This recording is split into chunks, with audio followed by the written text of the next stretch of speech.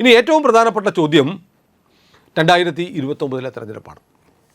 2029 തെരഞ്ഞെടുപ്പിൽ നരേന്ദ്രമോദി നയിക്കുമോ? വളരെ നിർണായകമായ ചോദ്യമാണ്. ഈ ചോദ്യത്തിന് ആസ്ട്രോ ശർമ്മിഷ്ഠ യെസ് എന്നും നോ എന്നും ഉത്തരം പറയുന്നില്ല. അവർ പറയുന്നത് ആരോഗ്യം അനുവദിക്കുമെങ്കിൽ 2029 തെരഞ്ഞെടുപ്പിൽ മോദി മത്സരിക്കും. അതായത് അതിനകത്തൊരു വ്യാഖ്യാനിച്ചെടുക്കുമ്പോൾ നരേന്ദ്രമോദിയുടെ ആരോഗ്യത്തിന് ഇപ്പോൾ ഈ 75 വയസ്സുണ്ട്, 2029 ആകുമ്പോൾ അത് 78 വയസ്സാകും. 78 വയസ്സിൽ നമ്മൾ കാണുമ്പോൾ ഇപ്പോൾ കാണുന്ന മോദിക്ക് ഒരു ജലദോഷപ്പനി വന്നതുപോലും നമുക്കറിയില്ല.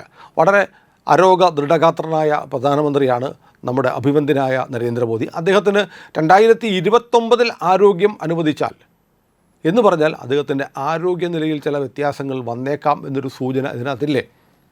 അങ്ങനെ വന്നാൽ മോദി വീണ്ടും മത്സരിച്ചേക്കാം.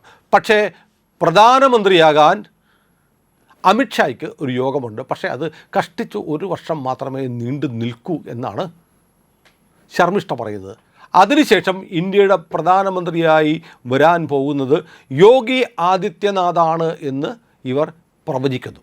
അതുമാത്രമല്ല, യോഗി ആദിത്യനാഥിൻ്റെ ഭരണകാലത്ത് ഇന്ത്യ സമ്പൂർണ്ണമായ ഒരു ഹിന്ദു രാഷ്ട്രമായി മാറും.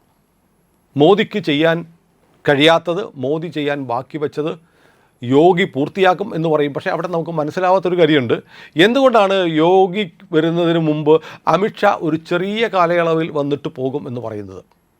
അതേക്കുറിച്ച് അവരൊന്നും പറയുന്നില്ല. പക്ഷേ അമിത്ഷാ പ്രധാനമന്ത്രിയാകാനുള്ള സാധ്യതയുണ്ട്. പക്ഷേ കാലയളവ് വളരെ കുറവായിരിക്കും. 2029 ഇതിനൊക്കെ ഒരു ആധാരമായൊരു കാര്യമുണ്ട്. 2029 മോദി മത്സരിക്കാതിരിക്കണം. മോദി മത്സരിക്കാതിരിക്കണമെങ്കിൽ മോദിയുടെ ആരോഗ്യസ്ഥിതി മോശമാവണം. എങ്കിൽ മാത്രമേ ഉള്ളൂ. അങ്ങനെ മോദി മത്സരിക്കുകയാണെങ്കിൽ ഒരു പക്ഷേ ചിത്രം മാറിയേക്കാം.